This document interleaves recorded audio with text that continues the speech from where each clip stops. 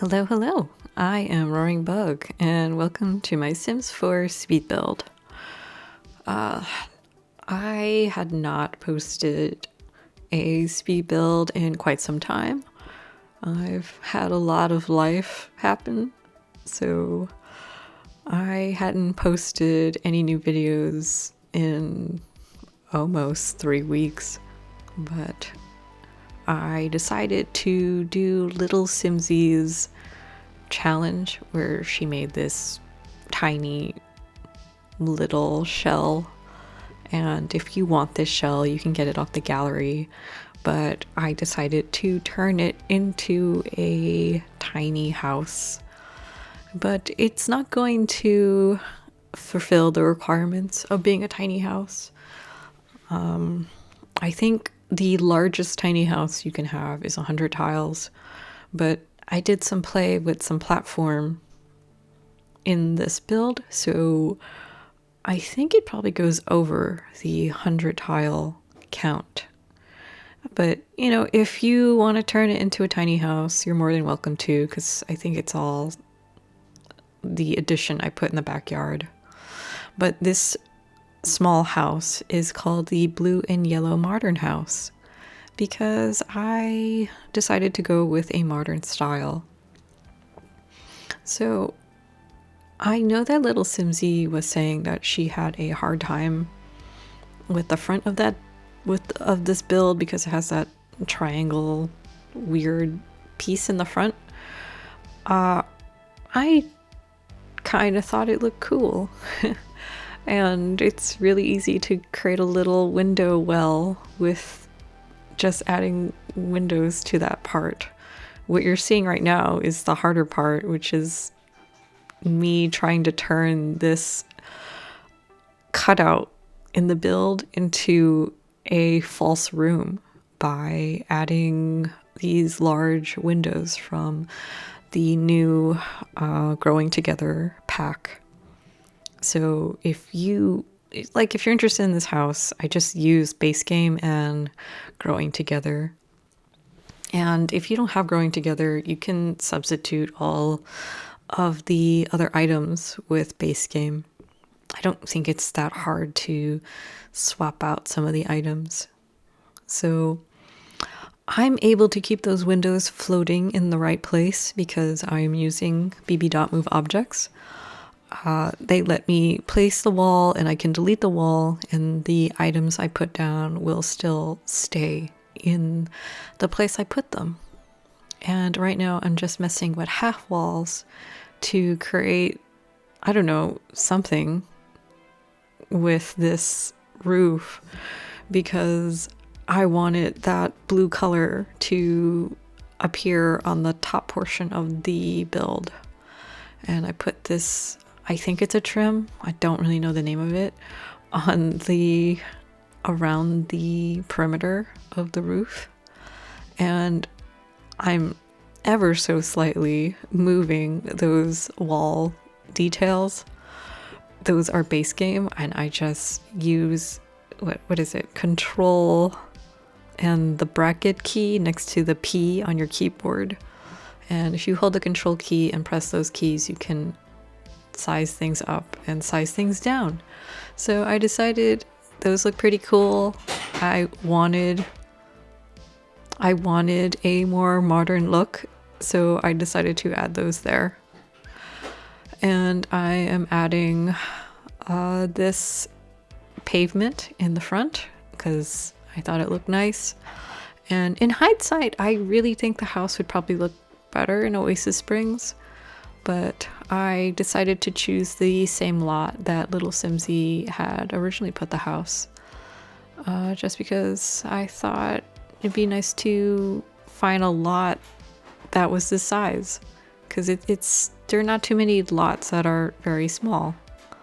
And if you're hearing any noise in the background, I'm sorry. Okay, so I'm just continuing this pattern concrete, and I want it to be a little different, so I kind of had them cross over each other. And I added this trim on that platform, but it's not going to stay because I end up changing it. And this front yard is the most minimalist of landscaping I think I've ever done. I think it just has that circle bush thing in the front that I sized down and basically nothing else. And I put this platform thing and I had to move it in because fences need one tile away from the edge of the platform to be placed down, which is, in my opinion, kind of annoying because you're losing a whole tile of space by not having the fence on the very edge. I mean, you can get around that if I could probably get around it if I use debug items, but I didn't want to use a debug fence. And this small room here is going to be a bathroom, and you know, this house is so compact and tiny that it was kind of hard to try and plan out a layout for the house. It's a very tiny house, but with the addition in the backyard, I made it just a little bit bigger by putting an extra bedroom in the back. And I made that bedroom for infants because I was using the Growing Together pack. And now I'm just figuring out like how to put a platform. First I put the platform raised inside the building, and then I'm like, what am I doing? I should just raise the entire house one platform. And then I have this little edge, and I was like, oh, I need to get rid of that because I don't want a pokey bit for the edges. Later on, I realized that the platform is raised in that glass enclosure room. I think that's one part of the platform I didn't figure out till a little bit later. So this room here is going to be a bedroom, and I put down not a Growing Together bed, but a base game bed, because I wanted something that looked more modern for this modern style house. And that little area is going to be a kitchen, but then I realized that window is huge, and if I put counters like under it, you're going to see them poking on the window side. So thankfully the Growing Together pack has a smaller version of this window. I like the window. I think it's really cool. Kind of chunky though. Like the frame for this window is very chunky. And I was really looking forward to using the window that you can put like on a pointed roof piece, because I thought that would be pretty cool. You can do a lot of like Scandinavian style houses, and I messed around with it, but for the life of me I could not make it work.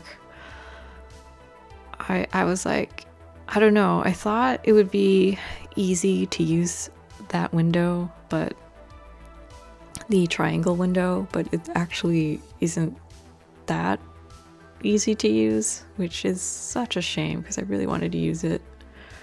And I cluttered up this faux glass room, this sunroom, for a computer desk and an easel, because I imagine that the people who live in this house, they're into like art.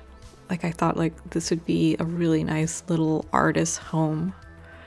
And I used these little spotlights that came from the Growing Together pack and those group of paintings from the Get Together pack. And yeah, I think that's basically the furnishing for the interior. Like I said, this house is basically blue and yellow, and I think the colors are very cheerful and complimentary. And I put this mirror in the little, I don't know, cutout, bump out window, because I was like, like I wanted to put something there, and like I think it's out of the way enough that it won't interfere with the bed, but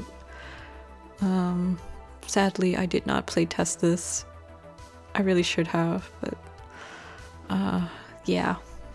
So anyway, I'm just fiddling with these window blinds because I was really upset that none of the window blinds actually fit over the windows. And this is when I decided to make this extra bedroom in the back. It looks like a weird shed, but I turned it into a infant's bedroom because infants are new, and I'm sure whoever wants to mess with this house will probably run into infants. So I decided to make this extra bedroom into an infant's bedroom. And I'm just adding this white trim to match the main house. It's so small, it's weird calling it a main house. And then I was like, I could add a swimming pool, because why not? Like, the Sims in the game, they can have nice things.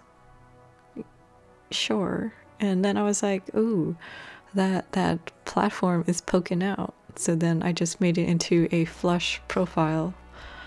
And I used the same, like, light pine wood flooring. And I just basically decked this room out for an infant, sorry, not a toddler, an infant. So like infants they really like, I don't even think they need a crib. They basically just need like that thing, the playpen thing, just to build up skills, and the changing table. Like they're not going to mess with the teddy bear or the toys unless they can move around on their own. And I don't know, I'm not that diligent. I think the furthest I got was just them scooting. But, but I'm not that on top of like infant gameplay. But to each his own. If you really like it, you can definitely do like infant gameplay in this house. And I added a TV in this bedroom because I know that your Sims can sit on the bed and watch TV. I think they can even lie down and watch TV, which is pretty cool. And I don't want stray Sims wandering into this yard. So I added a fence in the back and a gate. So if they want, they can just walk through the house to the gate.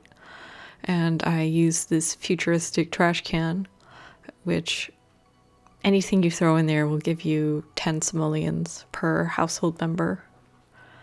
And I put this little round light in the front and a mailbox, because trash cans and mailbox are like the two last things.